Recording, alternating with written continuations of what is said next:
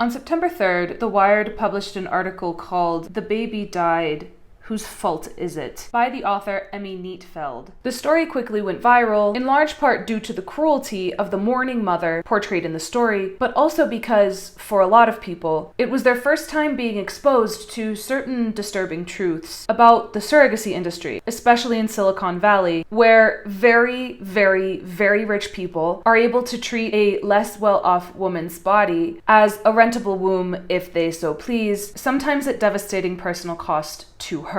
Note that this article, and my video by extension, is not anti-surrogacy, but it does offer critical information to everyone who reads it, including people who might be considering surrogacy. The emotional response that you might feel to this article is in many cases due to the disturbing nature of the story, but it is also the result of intentional, masterful journalism coming from Emmy Neatfeld, who before this article already had a successful career as a memoirist and writer and is very interesting in her own right. You're going to hear about a woman in this story who is very litigious and who is much more wealthy than I am, and who also seems to be in the midst of a severe mental health crisis. For that reason, I want to clarify that my knowledge of the situation is entirely limited to what I read about in this Wired article. So here's the story that Emmy Neatfeld told in this article. In 2016, a gorgeous, petite, intense 36-year-old Chinese immigrant named Cindy B, that's B-I, was at a bar in Silicon Valley when she was approached by a 28-year-old man named Jorge Valdeiglesias from Argentina. He brought her some shots to share, and in exchange, she examined his Google badge / name tag that he was still wearing from work because she wanted to see if it was real. During this first conversation, Cindy said to Jorge, and I quote, "I'm older than you, but it's okay.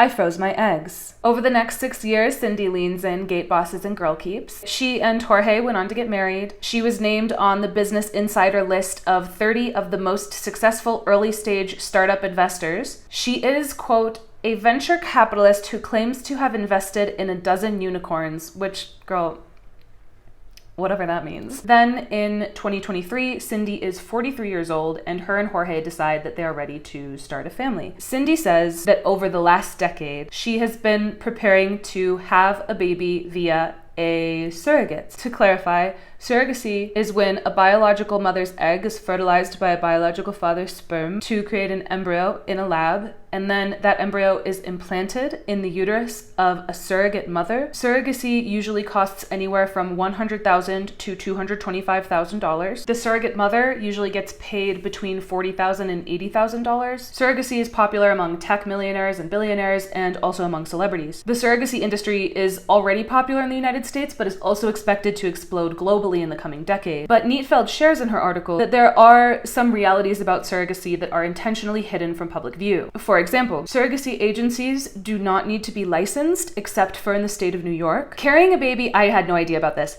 Carrying a baby that isn't related to you genetically more than triples the risk of severe deadly conditions, and that's a statistic that is typically not shared with surrogates. If the biological parents have a history of medical conditions in their family that could hurt or kill the surrogate, then they legally don't have to share that. They also don't have to share how many other surrogates they have simultaneously pregnant, how many kids they already have, or why they're opting for surrogacy. Many US states are accepting laws that acknowledge fetal personhood, which means that women can, in some cases, go to jail for having a miscarriage. There is recent legal precedent for that in some states in the US, which is, of course, complicated enough. Now, imagine how complicated that can get if the woman having a miscarriage is not the biological mother. There's also a power imbalance that we have to consider. These situations are usually managed and dictated by very detailed contracts, yes, but of course the people who are paying the surrogate to carry their baby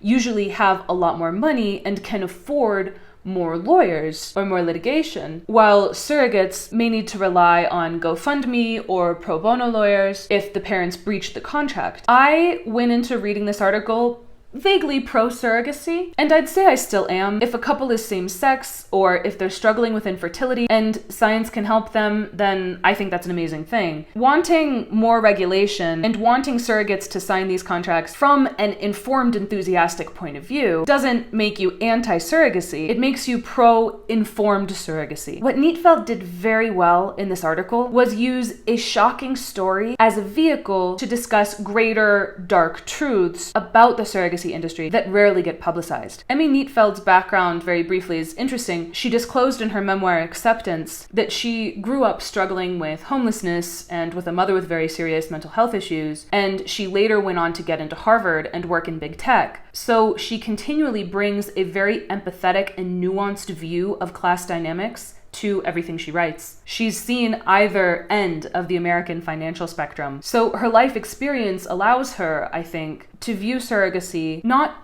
only as something that can greatly benefit couples who are hoping to build a family, but also something that can take advantage of and abuse people who are not filthy rich. This morning I watched a video of an interview with David Foster Wallace in which he reflected on and noticed the ways that the then young internet was making people feel entitled to being entertained constantly, even if that meant jumping between different subjects of thought every 30 seconds. It was an astute point for him to make decades before social media would prove him right. He also said in this interview that we need time to get bored and be in silence and think about one topic for a long time, and how reading can be such a great way to do that. You just sit in a room and you read and you essentially hallucinate in silence.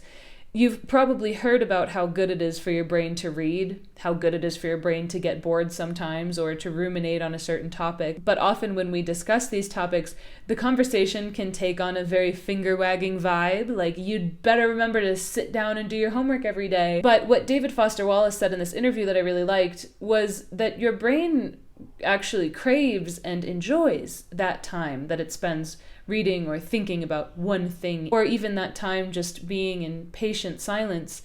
It's so rare anymore that we get to have that opportunity, but it's our natural state. So if you, like many people, are craving time to read about topics that are both entertaining and enriching to the mind, then I would like to invite you to join my book club. We meet once a month. This month we're meeting twice, actually. And we read everything from juicy celebrity memoirs to classics and Pulitzer Prize winners, and the conversations we have about them are very stimulating.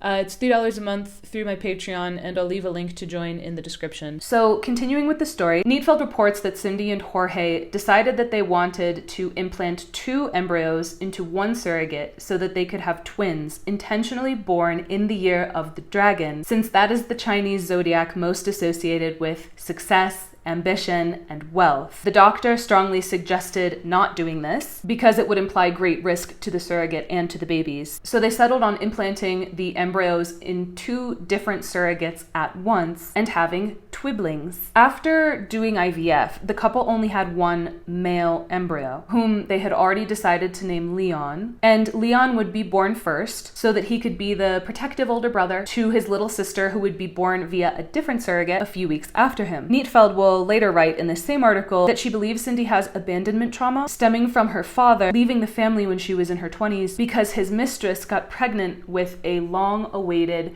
baby boy, as opposed to the all-girls I guess he had had previously with Cindy's mother. To find their surrogate, Cindy and Jorge signed up with an agency called Surrogate Alternatives, Inc. in Southern California. To carry their son Leon, they were matched with a woman in Virginia whose identity is protected for reasons you'll see later, but the article assigns her the pseudonym Rebecca Smith. Rebecca lived on the other side of the country in Virginia. She was a very tall and lanky 34-year-old, college-educated, former professional athlete. At this time, she was a single mom to a 6-year-old biracial son, whom the article calls Ellis. I only mention that Ellis is mixed because it becomes relevant later. Rebecca remains good friends with Ellis's father, but she doesn't really date. Ellis is her priority. Her pregnancy with Ellis was healthy and uncomplicated. At this time, Cindy said about Rebecca, quote, "She was perfect. Tall, healthy, young, good job. I showed her off to my friends. The only thing I was concerned with was she's a single mom, but I saw past it. close quote. How the fact that Rebecca was a single mom is relevant to whether or not she is worthy of carrying Cindy's baby eludes me. So Cindy, Jorge, and Rebecca sign a contract that stipulates that Rebecca will carry Leon in exchange for $45,000, plus reimbursements for cleaning services and maternity clothes, and payments for any lost wages or childcare should she have to miss work or get hospitalized. Rebecca's insurance, which she got through her job as a bank manager, would treat the baby as if it were her own baby. And this is how I learned that not all pregnancies are covered by insurance if the embryo is not your biological child, which is insane, but okay. Rebecca said that she planned on using the $45,000 to pay off student loans and to build an emergency fund for herself and Ellis. She also loved being a mom, and she loved the idea of helping a couple conceive who couldn't do it on their own. At first, Cindy and Rebecca got along very well. Cindy flew Rebecca and her son from Virginia to California for the embryo transfer and then put them up in this really nice hotel for 21 days. And she planned a detailed itinerary to take them sightseeing. When the embryo stuck, everyone celebrated, and Rebecca went back to the East Coast. Rebecca and Cindy started texting back and forth often, with Rebecca sharing when the baby kicked, what it was like being pregnant with Leon. Cindy also talked a lot about her search for a second surrogate who would carry Leon's younger twibling. And then Rebecca apparently found out that Cindy was sharing a lot of information about her that made her identifiable on Facebook groups with strangers. So this was a violation of their contract. So Rebecca told the surrogacy agency, but she didn't say anything to Cindy, presumably because she didn't want to damage their rapport when there were bigger tasks at hand, namely growing a baby. Rebecca switched jobs around this time. Neatfeld said that she saw a text from Jorge congratulating Rebecca for changing jobs, which she took as evidence that Rebecca did let them know that she was going to be changing jobs. According to this article, Cindy's wrath started to appear when someone selling insurance in one of the Facebook groups started trying to convince her that the insurance at Rebecca's new job wasn't going to cover the surrogacy, so she had to pay for new backup insurance. Of course, the CEO of an insurance company using a Facebook group to get leads isn't a completely unbiased source when telling you if you need more insurance, but Cindy insisted that the surrogacy industry look into it multiple times. And when the surrogacy industry insisted every time that they will not pay for extra insurance because Rebecca is in fact covered through her new job, Cindy apparently became completely irate. She started sending Rebecca 50 plus texts per day about the insurance, and she told Rebecca to lay low until baby Leon was born, and then afterwards they would go after the surrogacy industry, and she said, quote, "I want to show them what justice should look like," close quote. Cindy also started posting on Facebook making claims that Rebecca had not told her that she was going to switch jobs, which again, according to this article, was untrue. But if these accusations were true, then that would be a breach of contract. And if Rebecca breached their contract, then that would mean that Rebecca was on the hook for all fees associated with the birth and pregnancy. And if you're not from the United States, you might not realize that pregnancy and complications can rack up 5 or 6-figure bills. So this was a very serious accusation that Cindy was making. When Rebecca was around 6 months pregnant, she felt some fluid between her legs, and she went to the ER. The ER sent her home, telling her that it was nothing to worry about, but Cindy was very worried. Cindy's lawyer started sending Rebecca tons of forms to sign, and Cindy also sent a text to Rebecca telling her that they had already found the other surrogate for Leon's younger twibling, and the process with the other surrogate was going much more smoothly. No visits to the ER, no insurance problems. Then, when Rebecca was a little over 7 months pregnant, she again felt liquid and again went to the ER. This time, the doctors confirmed that her water had broken, and since Leon was so early, they admitted her to the hospital. They put her on an IV with antibiotics, they monitored her,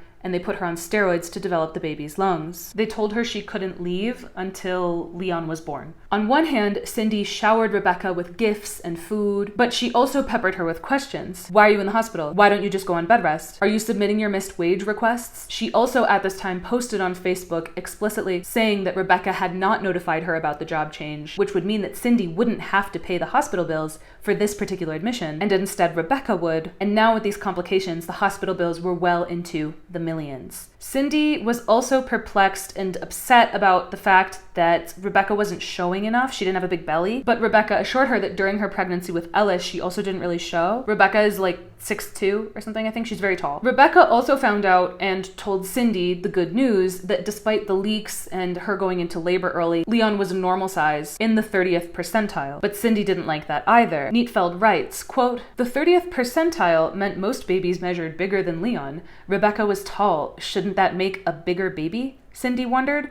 She had expected her son to be above average in all things, close quote. And Cindy herself would later write, quote, small belly by itself, I brushed off, but 30th, water leak, small belly, is Leon being suffocated and become defective already? Rebecca told Cindy that the hardest part of being hospitalized was being away from Ellis, who cried every time she had to leave him, so Cindy suggested that Ellis sleep at the hospital, and so he curled up in the recliner in the hospital room. Then, one morning, Rebecca woke up next to Ellis when nurses came in for routine monitoring, and they found that Leon had no heartbeat. So they quickly put Rebecca under general anesthetic and they rushed her into an emergency C-section. Rebecca's sister found Cindy on Facebook, and she messaged her to say, call the hospital ASAP, this is an emergency. But when they opened Rebecca to take Leon out, they found out that it was too late. The placenta had separated from the uterine wall, which deprived Leon of oxygen. Cindy called the hospital and they told her the sad news, saying, quote, these things just happen sometimes. I don't think we'll ever know exactly why, unfortunately, close quote. When Rebecca woke up from anesthesia,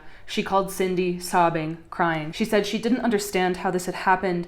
She had just felt him kicking the night prior. Rebecca was in a bad place, physically and emotionally. She had just spent several hours in surgery, and she had lost a lot of blood. And according to doctors, she had nearly died herself. In fact, placental abruptions are a major cause of maternal mortality. Rebecca was also grieving. The baby, who she had carried for 7 months, was now dead, and she mourned him. Cindy hung up the phone and proceeded to spend all night contacting lawyers. Jorge and Cindy that same night bought a flight to go see Leon's body. Cindy called the surrogacy agency beforehand to tell them to have Rebecca's medical records ready for her review when she arrived. When Cindy and Jorge arrived, Rebecca asked to see them, and Cindy refused to speak to her. But she says that she was surprised by how happy she was to meet Leon and see, quote, he was a white boy, just like his dad, close quote. They took photos with Leon and then they sent him off for an autopsy. Rebecca tried to contact Jorge and Cindy after the miscarriage, saying, quote, I will forever carry the memory of your baby boy, close quote. But Cindy began to fall deeper and deeper into obsessive grief and anger. Neatfeld writes, quote, things were bad at home. She couldn't sleep, couldn't work. Instead, she dedicated all of her time to taking screenshots and organizing folders of evidence to wage a medical malpractice lawsuit, close quote. And this article makes it sound like the medical malpractice suit might actually have some legs to stand on. There was some bleeding before the placental abruption that Cindy claims doctors and Rebecca didn't take seriously enough. Rebecca actually did report the bleeding to the surrogacy agency, but allegedly that information didn't make it back to Cindy. The article points out that many American hospitals have been accused of not taking stillbirths seriously enough and treating them more like freak accidents as opposed to something that can be prevented. Someone on my Patreon actually read the lawsuit and said that it sounds like the anger from a medical malpractice suit might be being misdirected toward Rebecca, but I'm not a doctor. I'll leave a link to the full case in the description if anyone more qualified than me wants to look it over. But around this time in her grief, Cindy started talking to psychics. One psychic told Cindy, Rebecca has something to hide. Another psychic said that Rebecca's ex-boyfriend turned her against baby Leon, and another accused Rebecca of having rough sex while pregnant. So Cindy started to cancel all outstanding payments to Rebecca. She contacted the surrogacy agency and she claimed that Rebecca had breached their contract because, among other things, Cindy had been promised, quote, a well baby that didn't die, close quote. Then the article reports that Cindy had a religious experience. She went to a church popular among high-profile investors called Epic Church, and this day the people in the church started talking about when God gives you a mission, and Cindy realized that God had given her this trauma because her mission was to make sure it didn't happen to other people. So she decides to become a voice for her unborn son, and she says, quote, I'll make sure other unborn children are protected, close quote. So Cindy wrote up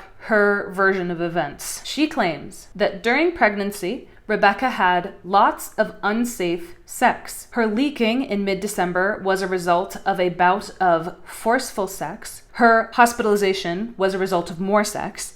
Then once she was hospitalized, Rebecca allowed her adult-sized son to sleep in the bed with her, who Cindy says kicked her in the stomach. Cindy also claimed that Rebecca may have intentionally given birth early so that she could get the money without having to give birth at term, I guess, because she did still give birth. And Rebecca is, again, the woman who almost died as a result of this pregnancy. Cindy also hired a private investigator who reported to Cindy that there was a black man with 2 misdemeanors still registered at Rebecca's address. Cindy recognized his name as Ellis's father. Rebecca had said that Ellis's dad didn't live with them anymore because he didn't. The PI had just done a reverse address search and it was probably outdated. But Cindy posted on Facebook that she never should have chosen Rebecca as a surrogate because she had, quote, an undisclosed live-in boyfriend with felony, all caps, jail time record, close quote. I'm not sure what the misdemeanors were, but just for context, misdemeanors include crimes like trespassing or public intoxication, and felonies include things like murder and human trafficking. The private investigator also found a flyer from the night before Rebecca was hospitalized for a party where Ellis's dad was listed as one of the DJs. According to Wired, in Cindy's head, this confirmed that Rebecca had been with and I guess had rough sex with Ellis's father, either at this party or afterwards, which is what led to her hospitalization. Cindy also found out through the private investigator that Rebecca had gotten a speeding ticket while she was inpatient at the hospital, and Cindy takes this as another confirmation that she had snuck out from the hospital. I'm not sure why. I guess just to fuck. Using Rebecca's real full name, Cindy started posting on Facebook, sharing her accusations against Rebecca, and saying, quote, if it were not for all the hard evidence, it's too shocking to believe Rebecca Smith did what she did to kill my son, close quote. And by hard evidence, I'm assuming she means having dated a black man before. Instead of telling Cindy that she was off her rocker, the echo chamber that Cindy had built around herself on social media replied, calling Rebecca a criminal and a psycho. Cindy's lawyer at this time, who costs $1,275 an hour, suggested looking through Rebecca's photos to find evidence of the strenuous activity causing Leon's death. You may be wondering about Jorge. Neatfeld writes, quote, Cindy's husband focused on stabilizing the family, a move he credits with saving their marriage. He blamed the hospital, not Rebecca, but told me that the litigation is Cindy's grieving process. He tried to stay out of the legal stuff so that Cindy couldn't blame him too, close quote. While Cindy is doing all of this, Rebecca has been unable to go back to work because she hasn't stopped bleeding. The surrogacy agency determined that Rebecca had not breached her contract,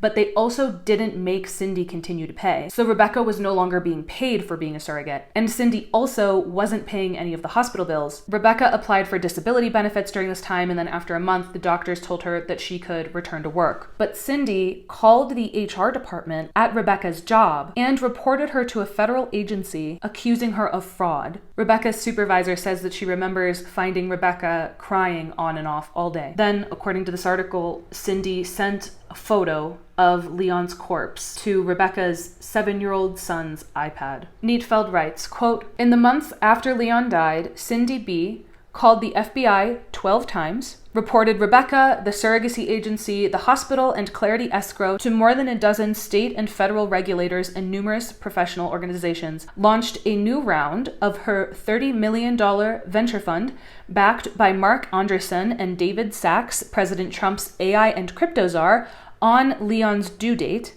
posted Leon's ChatGPT written endorsement from heaven offering his eternal blessings for her work, created TikToks, Instagram Reels, Facebook posts, X threads, LinkedIn updates, and a website for her advocacy, posted Rebecca's full name, photo, employer, mortgage license number, son's first name, and a link to her address, asked her husband again and again how it was possible that Rebecca had carried her son but felt nothing about his death. Close quote. Neatfeld, the journalist, was also able to find things about Cindy's past that the surrogacy agency allegedly did not find or did not alert Rebecca to. For example, Neatfeld writes that Cindy previously took lithium for bipolar disorder. The therapist who requested Cindy did find that she was taking SSRIs as well for what she described as work-related PTSD, but that she was weaning off. So Neatfeld went and spoke to the therapist who evaluated Cindy and Jorge and wrote a recommendation for them to the surrogacy agency. When Neatfeld asked the therapist why she isn't more discerning with whom she recommends and whom she doesn't, the therapist replied, "I'm not gatekeeping." Neatfeld asked, "What about in the case of serious mental illness?" And the therapist replied that it's up to the intended parents to disclose that to their surrogate, as in the parents with a case of severe mental illness. Neatfeld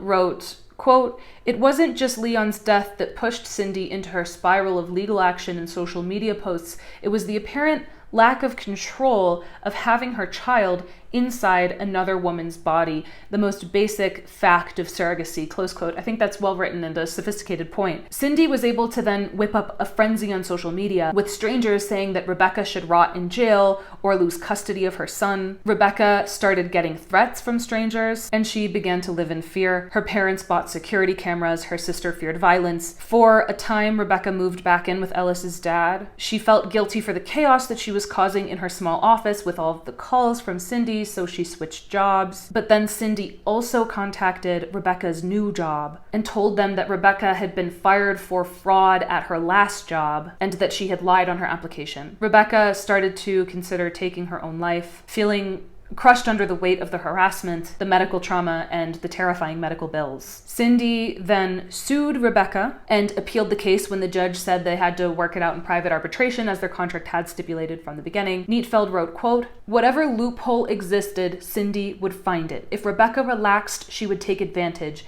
The only goal she had was to destroy my life," Rebecca wrote in a court document, "to get her fired from her job so she couldn't support her son, to have her behind bars, to bankrupt her, to make it so Smith could never be at peace while Leon was dead." Close quote. She's a good writer. I told you guys.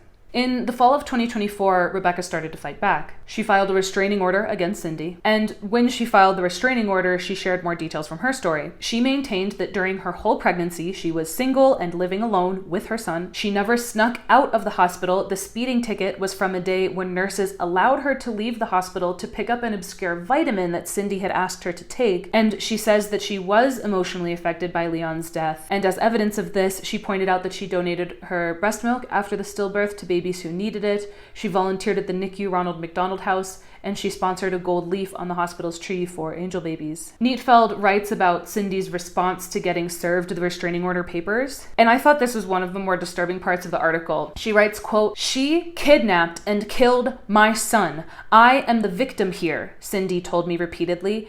"Being a single mom," she said, "doesn't give you the right to kill another son. You don't have that victim card to play." She was almost screaming when she said it. Close quote. You may remember that there was another surrogate pregnant with Jorge and Cindy's daughter when Rebecca was pregnant with Leon. So 6 months after Leon died, their daughter, Mira or Myra, I'm not sure how they would pronounce it, she was born via a different surrogate, a woman named Chelsea. Cindy posted on Facebook and Instagram comparing her experiences with Rebecca and Chelsea, saying, quote, "I had the world's worst surrogate and the best," close quote. When Neatfeld asked Cindy about Chelsea, Cindy said everything had been amazing. The experience was completely easy and smooth. So Neatfeld reached out to Chelsea, and Chelsea told her that easy and smooth weren't exactly how she would describe the experience. She got along with Cindy, but in fact, Chelsea had also had major issues with the placenta, and she lost so much blood that she was pushed to the brink of death and was only saved by an emergency hysterectomy. So Neatfeld asked Cindy and Jorge about their family history, and it turns out that, according to this article, Cindy's side of the family has had many issues stemming from placental health, including gestational diabetes, that for both her mother and her sister became a permanent issue for the rest of their lives, even after their pregnancies ended. And the placenta doesn't come from the surrogate. It comes from the DNA of the parents. This is like completely speculation, but I just realized as I was editing that Cindy would have known this, and she would have seen her mom and her sister both go through first gestational and then permanent diabetes as a result of their pregnancies. And I have to wonder if that could have been a reason why she decided to go through surrogacy, figuring that she wouldn't have to deal with those health problems. She could just give diabetes to a surrogate or to multiple surrogates, and she would still have the kids, but she wouldn't have to go through the health problems afterwards. Again, just speculation. I hope I'm wrong, because that's dark as fuck. Cindy and Jorge had allegedly not disclosed this information about these previous placental issues, and apparently legally they didn't have to. So if they have more children through more surrogates, they won't have to share that their first two surrogates both almost died from carrying their children. So Where are they now? Rebecca Smith still has hundreds of thousands of dollars worth of medical bills in her name. Her insurance initially agreed to pay the bills until Cindy called them and told them that Rebecca was committing fraud, so they revoked the payment. Jorge and Cindy are apparently looking for a surrogate for their third child, so any takers? Along with the lawsuit, Cindy has now contacted the police and is pursuing criminal charges against Rebecca. The article notes that Virginia, which is where Rebecca lives, actually did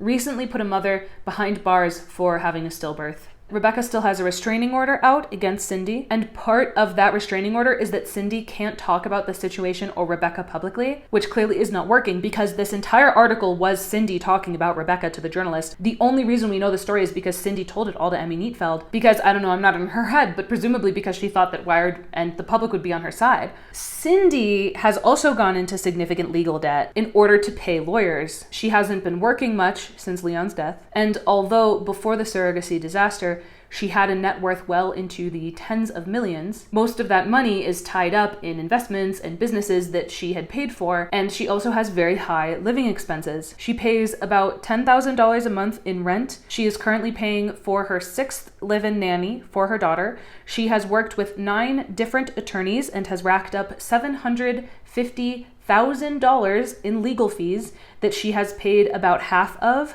Multiple law firms are threatening her with going to collections if she continues to refuse to pay, but Cindy explained to the lawyers asking for payment, quote, "I cannot pay you because if I do, then I cannot get another lawyer." Close quote. Cindy said to Neatfeld that the lawyers never ask her about money up front. She said, quote, "They see my profile and assume I can pay." Close quote. Cindy feels that if she gives up, then she cannot go back to being a venture capitalist in the same way. She said to Neatfeld, quote, "If I cannot protect my son, if I cannot give him honor, sue the hell out of these people, and have some sense of justice, how can the investment founders say, 'Cindy, you're the best'?" Close quote. But fortunately for Cindy, she recently found a lawyer who agreed to not charge hourly and will instead go after Rebecca in exchange for 40% of whatever Cindy wins in the legal case. Neatfeld asked Cindy how the search for the other surrogate is going, and Cindy shared that she can't decide if they should pay for another surrogate or instead continue spending that budget on legal fees, because there's only one thing in the world more rewarding than having a child, and that is legal proceedings. So this article went viral. I saw that Cindy has deleted a lot of her social media presence, and she changed her profile picture on Instagram to a highlighted portion of her court case. She also now has a link in her bio to a website called wireddefamedb.com, which leads me to believe that she could be suing Wired for defamation. On the website, she has a screenshot from an email where Jorge had told a fact checker from Wired that he did believe that Leon's death was Rebecca's fault. The article had initially made it sound like he blamed the hospital, but I don't know, that's not the aspect of the article that people were mad about, you know? On the website, she also provided a link to a Facebook page called Baby Leon, where she posts pictures of her daughter and shares AI-generated videos that bring a dead baby Leon back to life. She also has a link to the lawsuit, which lists Rebecca Smith's real full government name. From what it sounds like in this article, Cindy B is not mentally well, and maybe she hasn't been for a long time. A little known fact is that someone can still technically have postpartum depression and even postpartum psychosis, even if they didn't physically carry the baby. Cindy is also